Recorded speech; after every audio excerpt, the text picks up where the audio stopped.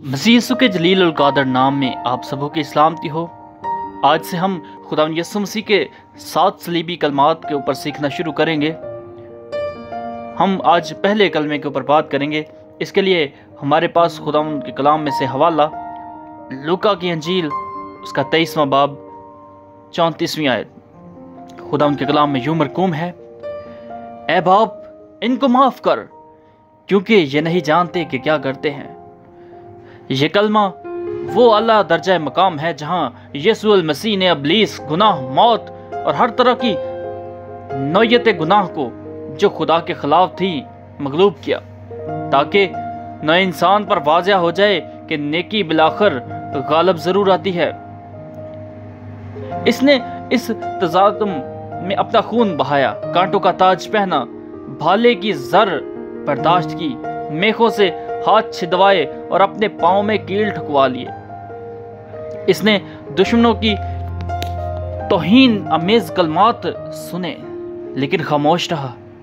जैसे भेड़ अपने बाल कुतरवाने वाले के सामने बेज़बान होती है, आखिर इसके बंद होंठ खुले, इसके मुंह से अपने दुश्मनों के लिए दुआए खैर निकली। ऐ बाप इनको माफ कर क्योंकि ये नहीं जानते कि क्या करते हैं। खुदावंद यीशु मसीह के 7 सलीबी कलमात में से ये पहला कलमा है। ये कलमा मसीह खुदावंद की दुआया जिंदगी का आईनादार है।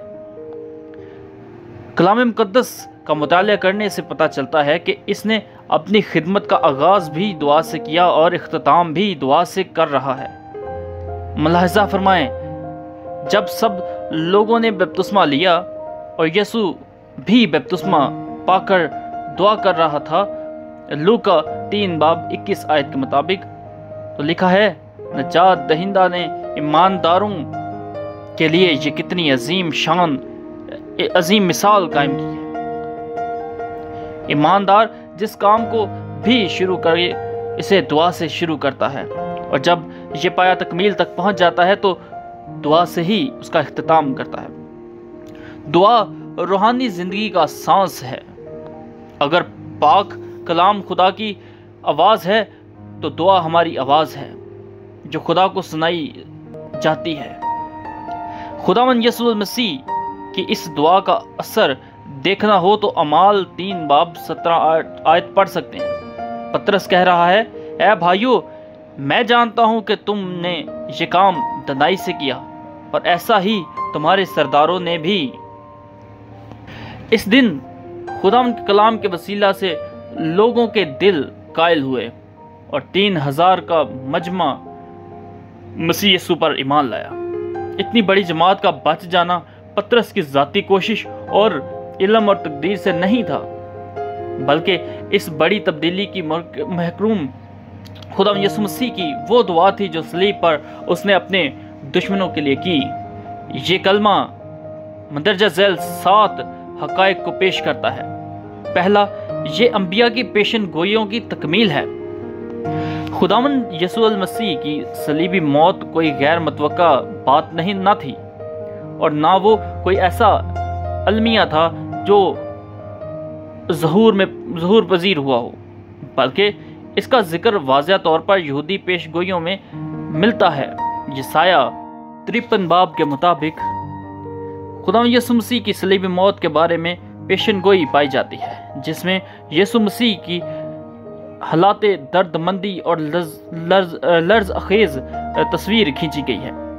खताकारों की शिफायत की। यसाया 53 बाब 21 आयत में यसाया नबी ने जहां मसीह को हकीर, दर्दमंद, मर्द गमनाक और आशना कहा है, इसने साफ तौर पर इस हकीकत को वाज़िया किया है कि वो खताकारों की शिफायत करेगा। इस पेशगोई की तकमील इब्रानियों 7 बाब उसकी 25 आयत में मरकूम है।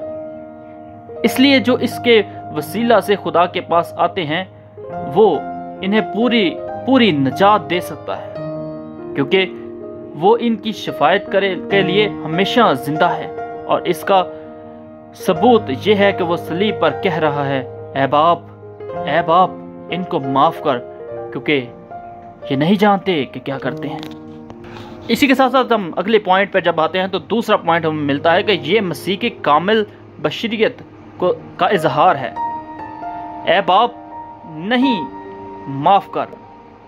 یہ الفاظ غور طلب ہیں کیونکہ اپنی زمینی زندگی اور بشارت کے دوران مسیح نے کبھی ایسے الفاظ استعمال نہیں کیے۔ اس نے لوگوں کی معافی کے لیے خدا سے درخواست نہیں کی بلکہ اپنے الہی اختیار سے لوگوں کے گناہ معاف کیے۔ متی کی انجیل 9:2 میں خداوند یسوع مسیح نے ایک مفلوج سے کہا، خاطر جمع رکھ، تیرے گناہ معاف ہوئے۔ لوکا 7:48 میں اس نے کہا ایک بد چلن عورت سے، تیرے گناہ معاف ہوئے۔ حیران کن بات ہے کہ صلیب پر اس نے کہا، اے باپ ان کو معاف کر۔ یہودیوں کے عقیدہ کے مطابق گناہ کی معافی کا اختیار صرف خدا کو ہے۔ گناہ کون معاف کر سکتا ہے سوائے ایک، یعنی خدا کے۔ مرکز 6:7 کے مطابق۔ لیکن مسیح جو خدائے ثالوث کا دوسرا ہے اور جو گناہ معاف کر سکتا ہے، وہ یہاں باپ سے درخواست کر رہا ہے کہ اے باپ ان کو معاف کر۔ اس حقیقت سے انکار نہیں کیا جا سکتا کہ مسیح خدا ہے، لیکن اس کی شخصیت میں دو ذاتوں کا اعتقاد ہے۔ وہ کامل انسان ہے اور کامل خدا بھی۔ تثلیث کے دوسرے وین کے مطابق وہ بیٹا ہے، بشریت اختیار کی تاکہ انسانوں کے مشابہ ہو کر ان کے گناہوں اور خطاؤں کا فدیہ دے۔ اب وہ منجی کی حیثیت سے خدا باپ سے سفارش کر رہا ہے کہ اے باپ ان کو معاف کر، کیونکہ یہ نہیں جانتے کہ کیا کرتے ہیں۔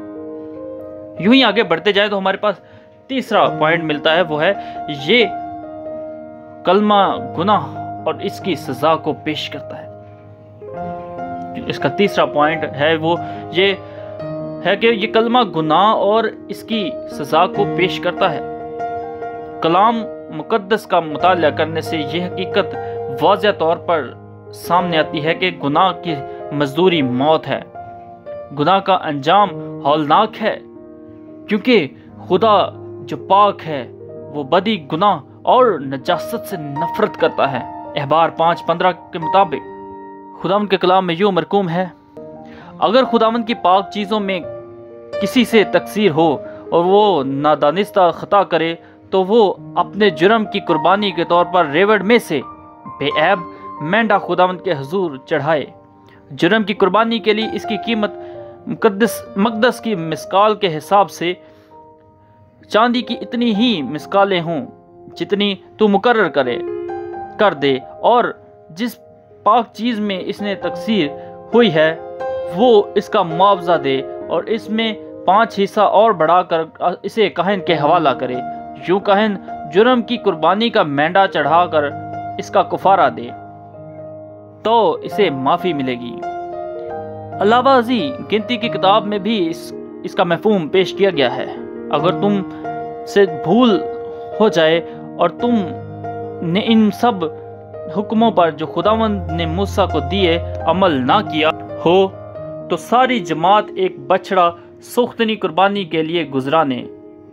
زبور کی کتاب میں لکھا ہے، کون اپنی بھول چوک کو جان سکتا ہے؟ تو مجھے پوشیدہ عیبوں سے پاک کر۔ ناظرین، گناہ خواہ دانستہ ہوں یا نادانستہ طور پر، اس کی معافی کے لیے کفارے کی ضرورت ہے۔ ناواقعی اور بے خبری کی معصومیت سے تکبیر کرنا بہت بڑی غلطی ہے۔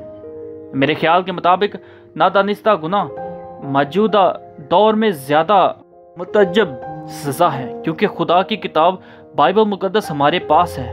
اگر ہم کسی چیز سے ناواقف ہیں تو یہ ہماری سستی اور کاہلی ہے۔ مسیح نے ہمارے ہر قسم کے گناہ کا کفارہ دیا ہے۔ وہ گناہ گار انسانیت کے لیے خدا کے غضب کا نشانہ بنا ہے۔ بے شک وہ گناہ سے نفرت کرتا ہے، لیکن گناہ گار سے محبت رکھتا ہے۔ اس لیے اس نے صلیب پر سخت جانکی کی حالت میں کہا، اے باپ ان کو معاف کر، کیونکہ نہیں جانتے کہ کیا کرتے ہیں۔ आगे बढ़ते जाएं तो चौथा पॉइंट हमें मिलता है कि ये कलमा इंसान के अंधेपन को पेश करता है। ये जानते नहीं कि क्या करते हैं। इन अल्फाज से ये मफहूम लेना कि खुदावंद यसु मसीह के दुश्मन अपने काम की नौयत से बेखबर थे, दुरुस्त नहीं। दुश्मन जानते थे, इसलिए उन्होंने दहाई दी, इसे सलीब दे। इनकी आंखों के सामने मसीह खुदावंद को सलीब पर लटकाया गया और इसके हाथों और पांवों में कील से छेदा गया। फिर इनके अल्फाज का क्या मतलब है?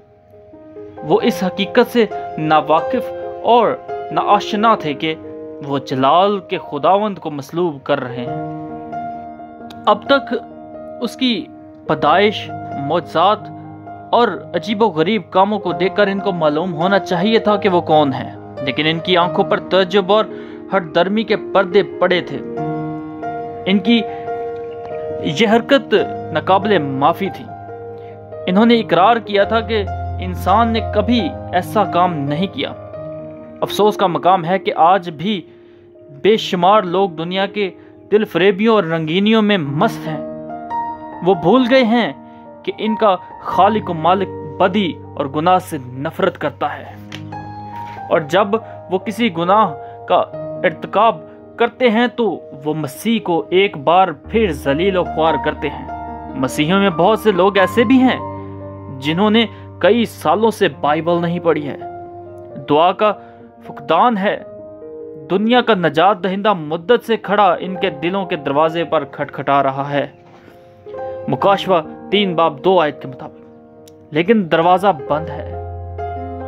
अजीजों, इंसान की नजात और मखलसी की एक ही उम्मीद है, वो खुदावंद यसु मसीह है, क्योंकि आसमान के तले आदमियों को कोई दूसरा नाम नहीं बख्शा गया जिसके वसीला से हम नजात पाएं।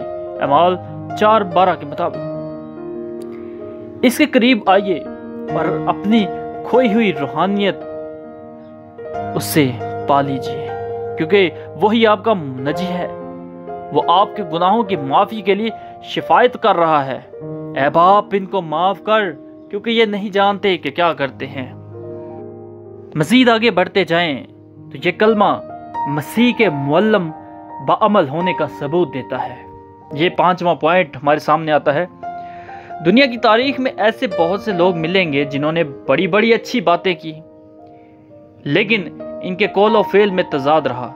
इसलिए किसी ने क्या खूब कहा है, बहुत लोग बातों में लुकमान हैं, अमल में जो देखो तो नादान हैं। लेकिन इस कलमे से ये बात साफ तौर पर ज़ाहिर है कि मसीह की तालीम और इसके अमल में मुताबिकत है। इसने अपने मशहूर पहाड़ी वाज में कहा, लेकिन मैं तुमसे ये कहता हूँ कि अपने दुश्मनों से मोहब्बत रखो और अपने सताने वालों के लिए दुआ करो। मसीह ने जो कुछ कहा इसे अपनी ज़िंदगी में पूरा करके दिखाया। मसीह खुदावंद ने अपने शागिर्दों को भी ताकीद की कि अपने दुश्मनों और सताने वालों के लिए दुआ करें। मसीह ने सलीब पर अपने दुश्मनों के लिए दुआ की और यूं इसने अपने कौल फेल पर हम आहंगी का सबूत दिया। अगर आज हम अपने गुनाहों से तौबा करते हैं तो ये आला माफ़ी हमारे लिए है और हम खुदा की कुर्बत और हजूरी में रह सकते हैं। छठा पॉइंट हमारे सामने आता है कि ये कलमा इंसान की अजीम और बुनियादी ज़रूरियात का इजहार है। इस दुनिया में कोई शख्स ऐसा नहीं जो जायज़ और नाजायज़ और वाजिब और नावाजिब की कैफियत से आगाह ना हो। गुनाह एक हकीकत है, ख्वाह कोई ज़बान से इसका इनकार ही करे, लेकिन दिल से इसका मुनकर नहीं हो सकता, क्योंकि जब आदम खालिक की नाफरमानी का मुर्तकब हुआ तो वो अपने गुनाह के बायस खुदा से अलहदा हो गया और यूं इंसान गुनाह के बंधनों में फंस गया। इस हालत में आज़ादी और मुख्तसी हासिल करना इसके बस का रोग न रहा। जिसे नन्हा बच्चा खुद को गंदगी से आलूदा कर लेता है, लेकिन इस गंदगी से अपने आप को साफ नहीं कर सकता, وہ ماں کی طرف ہاتھ پھیلاتا ہے، ماں اس بچے کو دیوانگی کی حد تک پیار کرتی ہے، بچے کو اٹھاتی ہے اور تمام گندگی اور نجاست سے صاف کرتی ہے۔ ماں اگرچہ گندگی سے نفرت کرتی ہے لیکن گندے بچے کو پیار کرتی ہے۔ خدا بھی اسی طرح گناہ سے نفرت کرتا ہے لیکن گنہگار سے پیار کرتا ہے۔ انسان بچے کی طرح خود کو گناہ کی نجاست سے پاک اور صاف نہیں کر سکتا، پس خدا نے اپنے اکلوتے بیٹے ہمارے نجات دہندہ کو اس دنیا میں بھیج دیا۔ اس سے ہمارے گناہ اور بدیاں اپنے اوپر لیں اور ہماری معافی کا انتظام کیا۔ پس اے بھائیو، تمہیں معلوم ہوگا کہ اس کے وسیلہ سے تم کو گناہوں کی معافی کی خبر دی جاتی ہے، اور موسیٰ کی شریعت کے باعث جن باتوں سے تم نہیں ہو سکتے تھے، آج خدا یسوع مسیح کے نام پر توبہ اور گناہوں کی معافی کی منادی ہو رہی ہے۔ انسان کی کتنی بڑی ضرورت کا انتظام ہو گیا۔ صلیب پر نگاہ کیجیے، وہاں مسیح آپ کی شفاعت کر رہا ہے، اے باپ ان کو معاف کر کیونکہ یہ نہیں جانتے کہ کیا کرتے ہیں۔ اگلا پوائنٹ ہمارے پاس آتا ہے کہ یہ کلمہ نجات بخش محبت کی فتح مندی کو ظاہر کرتا ہے۔ جب وہ اس جگہ پہنچے جسے کھوپڑی کہتے ہیں تو وہاں اسے مصلوب کیا اور دو بدکاروں کو بھی، ایک کو داہنے اور دوسرے کو بائیں طرف۔